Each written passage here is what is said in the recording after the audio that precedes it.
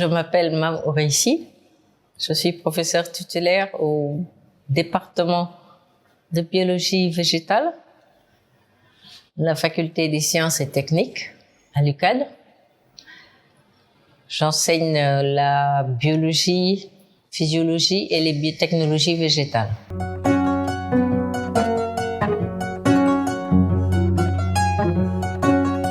Le laboratoire a été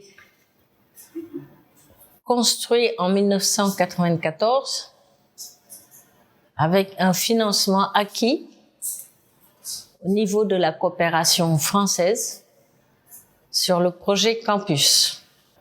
Et ce projet a permis non seulement de construire, mais d'équiper entièrement le laboratoire.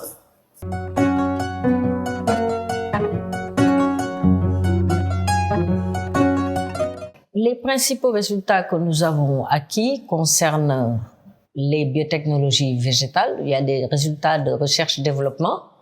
Il y a des résultats en rapport avec la biologie moléculaire ou des résultats en rapport avec la biologie de la reproduction.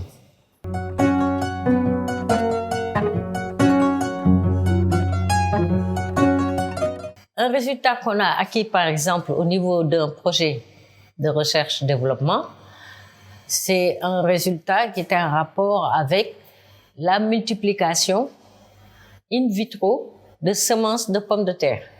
Donc, on a cherché au niveau du laboratoire, à l'aide d'un financement du FNRA, de montrer qu'il était possible d'avoir des semences de pommes de terre in vitro. Donc, ce genre de résultat peut servir à la communauté parce que les vitroplants et les semences que nous avions obtenues étaient des semences saines, de qualité, qui avaient de la vigueur, et ces semences peuvent être utilisées par les communautés locales. Vous n'êtes pas sans ignorer que les ménages sénégalais consomment de la pomme de terre. Et la pomme de terre au Sénégal est une culture de contre-saison. Ça veut dire que c'est maintenant qu'on peut le cultiver. Mais la plupart des semences qui sont utilisées dans ce pays sont des semences importées. Certes, des semences améliorées, mais ce sont des semences qui coûtent cher. Et nous avons essayé de montrer qu'il était possible, avec une technique biotechnologique, d'avoir différents types de semences que l'on peut redonner à la population et qui pourraient donc servir aux communautés de ce pays.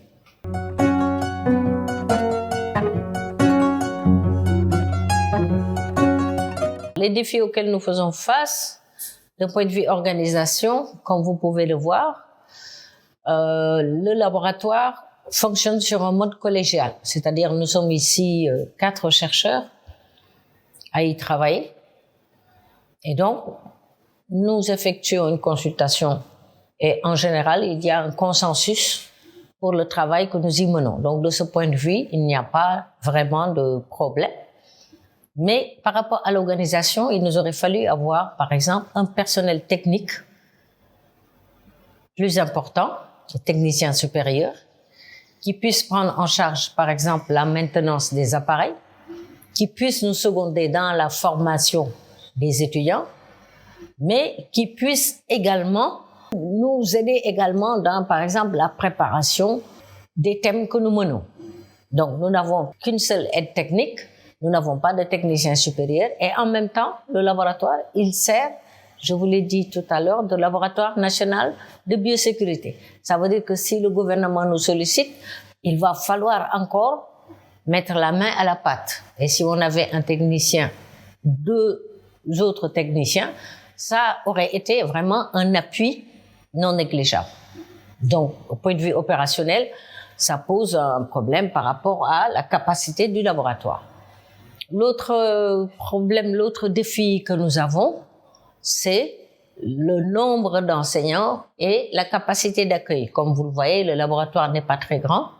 Il nous aurait fallu pouvoir nous déployer ailleurs ou avoir d'autres bâtiments pour pouvoir accueillir un plus grand nombre d'étudiants parce que la vocation première de ce laboratoire, c'est la formation à la recherche. C'est un laboratoire d'université, donc notre mission première, c'est la formation. Et donc, ça aurait été bien si on pouvait disposer de plus d'espace pour pouvoir former plus d'étudiants qui prendront le relais. Il faudrait également peut-être penser à renouveler les ressources humaines en termes d'enseignants-chercheurs. Parce qu'ici, nous sommes 4 enseignants-chercheurs qui travaillons ici à plein temps. Certains parmi nous, nous partirons à la retraite. Et donc, il faut penser à renouveler les générations de telle sorte qu'il y ait une passation en douceur des connaissances.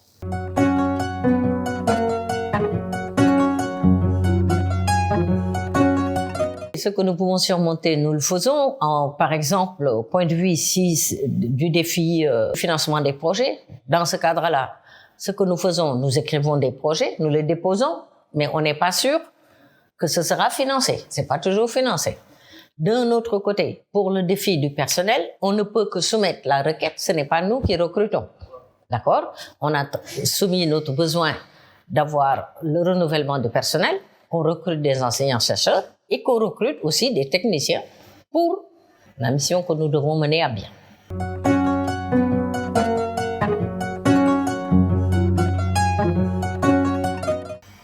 Nous espérons que ce laboratoire continuera de fonctionner parce qu'il sert quand même en dehors du Sénégal, dans la sous-région, parce que nous y organisons également des formations pour des enseignants ou des chercheurs de la sous-région. Et d'ailleurs, en novembre dernier, en 2019, sous un financement de l'AIA, le laboratoire, avec professeur Diouf, nous avons eu à organiser une formation sur les techniques de biologie moléculaire qui ont servi à beaucoup de chercheurs qui venaient quasiment de toute l'Afrique.